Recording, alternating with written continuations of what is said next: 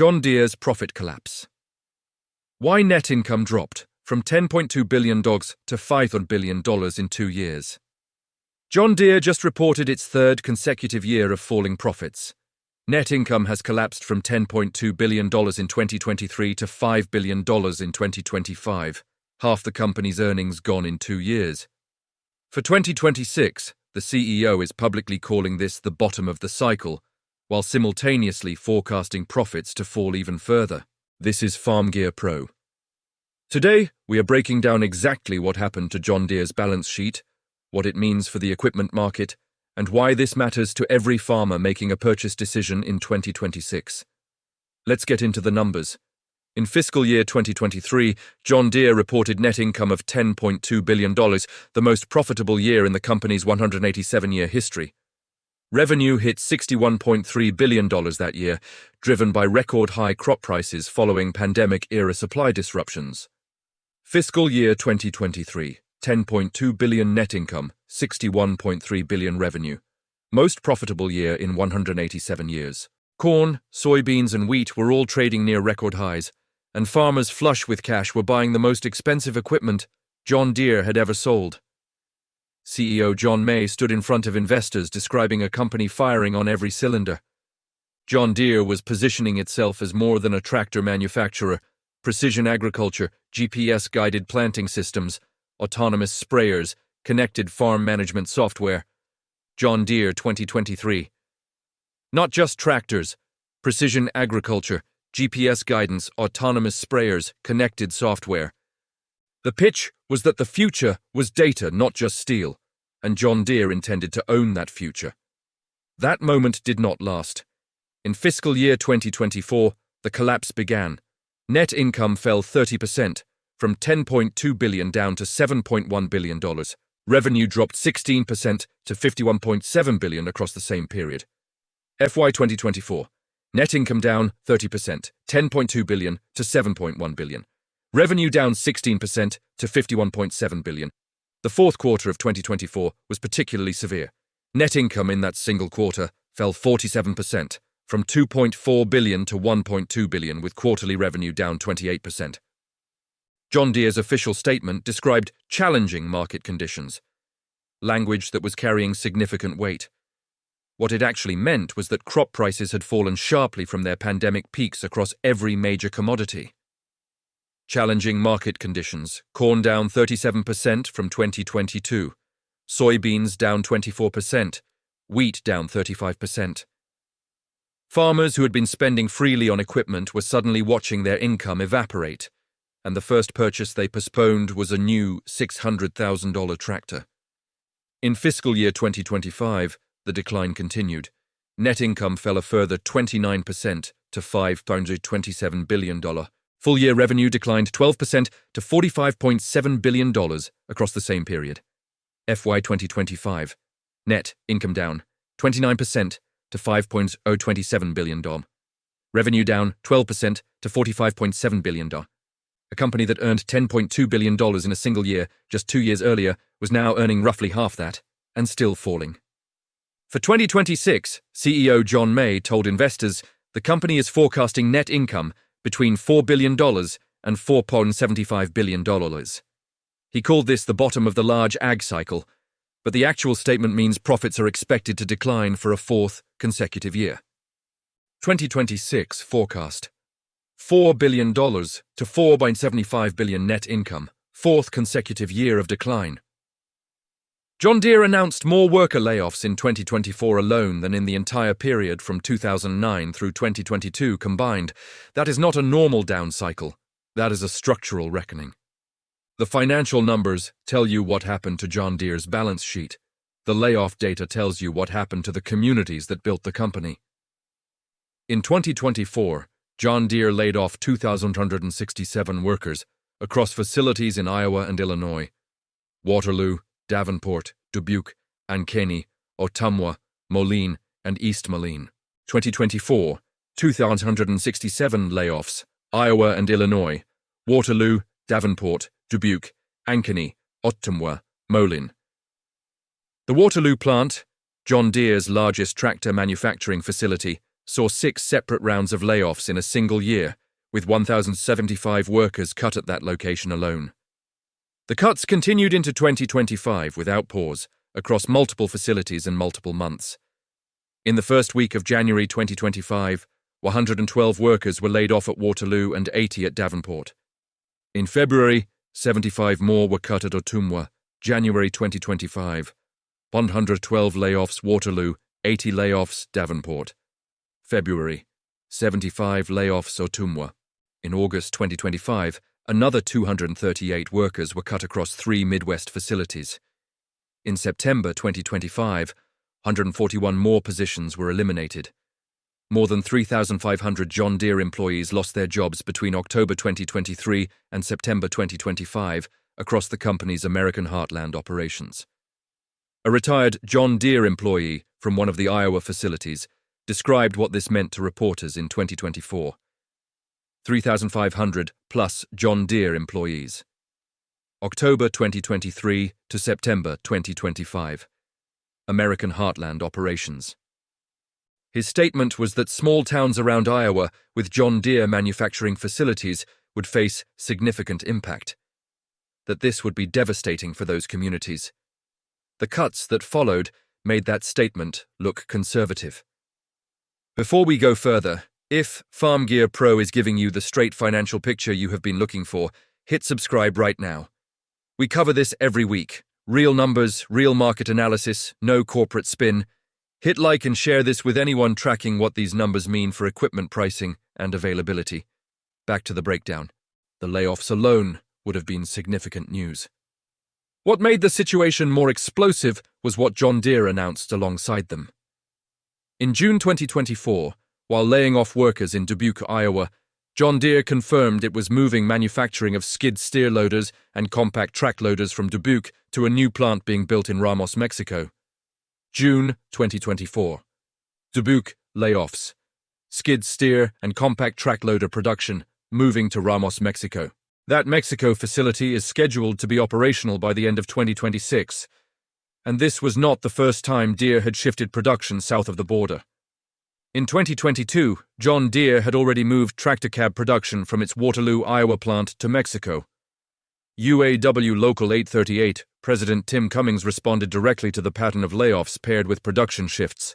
2022, tractor KB production, Waterloo, Iowa, moved to Mexico, second major shift. Cummings called on Deere to bring outsourced jobs back to American factories and described the layoffs and production shifts as an insult to working people across Iowa and Illinois. John Deere's official response pointed to $2 billion invested in American manufacturing since 2019. The company maintained that the Mexico production moves were unrelated to the domestic layoffs happening at the same facilities. John Deere response: $2 billion invested in American manufacturing since 2019. Mexico moves unrelated. Communities watching jobs leave for Mexico, while layoff announcements continued at home, were not reassured by that framing, and the political response arrived quickly. In September 2024, then-candidate Donald Trump threatened John Deere with a 200% tariff on everything manufactured in Mexico if the production move went ahead. The stated reasoning was that the company would manufacture cheaper in Mexico while selling at the same prices, increasing profit by eliminating American labor and American jobs. September 2024, threatened 200% tariff. John Deere Mexico manufactured products. The Mexico facility construction continued. The Iowa layoffs continued. The 200% tariff threat moved on to other news cycles without implementation. What happened next created a result that nobody fully accounted for in advance. Tariffs implemented under the Trump administration, intended to protect American manufacturing, ended up hitting John Deere from a direction the company had not planned around. Tariffs meant to protect American manufacturing hit John Deere from an unplanned direction. Steel and aluminum tariffs raised to 50%, increased the cost of raw materials John Deere uses for equipment built domestically, meaning the company faced higher costs on the American production it had retained. At the same time, broader trade uncertainty disrupted John Deere's export business significantly. Retaliatory tariffs from trading partners hit American agricultural exports, reducing farm incomes in markets where John Deere equipment is sold. 50% steel and aluminum tariffs, retaliatory tariffs on US agricultural exports. Farm income reduced abroad. Farmers already buying less equipment due to falling crop prices now faced additional uncertainty about whether their grain would find international buyers at all. John Deere's CEO acknowledged in the fiscal 2025 earnings report that ongoing margin pressure from tariffs is a defining feature of the business environment heading into 2026. The company threatened with tariffs for moving jobs to Mexico is now absorbing tariff costs on its domestic operations regardless. CEO, FY 2025 earnings report. Tariff margin pressure. Defining feature heading into 2026. One industry analyst summarized it directly. The tariff policy protected 0 American jobs while adding another cost line to a company already under severe financial pressure. John Deere's strategic answer to the agricultural downturn has been technology, specifically precision agriculture. GPS guidance systems, autonomous machinery, and connected farm management software represent what CEO John May has described as the company's path to premium pricing and recurring revenue. Precision agriculture strategy, GPS guidance, autonomous machinery, premium pricing, recurring revenue. The logic on paper is sound. Embedded software subscriptions and data services would make the business less dependent on commodity price cycles, since farmers need the technology regardless of whether corn sits at $6 or $4 a bushel. The problem is that this transition is taking longer and costing more than current earnings reports reflect. John Deere's autonomous tractor demonstration in 2022 generated enormous press coverage. 3 years later, commercial deployment at scale remains limited. Autonomous tractor, 2022 demonstration, 3 years later, limited commercial deployment at scale. The precision agriculture revenue meant to cushion the agricultural downturn has not grown fast enough to offset the collapse in equipment sales. Meanwhile, competitors are closing the technology gap that John Deere was counting on as a competitive moat. CNH Industrial, which owns Case IH and New Holland, is investing heavily in its own precision agriculture platforms. CNH Industrial, Case IH and New Holland. Heavy investment in precision agriculture platforms.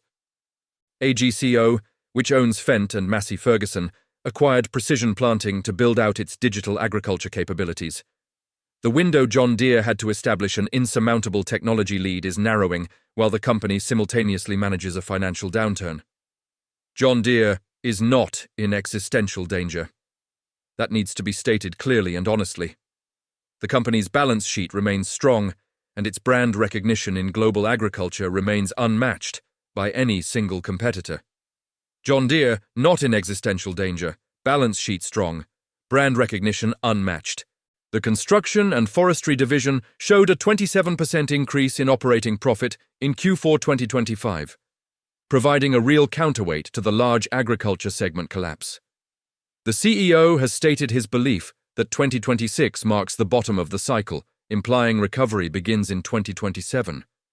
But the bottom of a cycle is not the same as recovery, and the structural questions John Deere faces do not disappear when crop prices eventually recover. CEO believes 2026 is the bottom, recovery implied in 2027. Bottom is not recovery, structural questions remain. The Mexico production strategy has damaged the brand's relationship with American farming communities that have been John Deere's most loyal customers for generations. A retired dealer who spent decades selling John Deere equipment in Iowa put the situation plainly. The reasoning farmers used to justify expensive equipment was that it was made by American union workers, and once that justification is removed, the pricing rationale weakens. Retired Iowa dealer. Premium pricing was justified by American union labor. Remove that justification weakens. That matters because John Deere's premium pricing, the $600,000 and $300,000 combines, has always been justified partly by what the brand represents, not purely by what the machine does mechanically. A John Deere purchased from an Iowa dealer in a small town was historically a transaction connecting the farmer to something larger than a piece of equipment. If that connection frays, the pricing power that drives John Deere's margins frays alongside it, and that pricing power is exactly what generated the $10.2 billion peak in 2023. Connection to brand identity, if it frays. Pricing power frays. Pricing power generated the $10.2 billion peak. The technology strategy itself is sound long-term.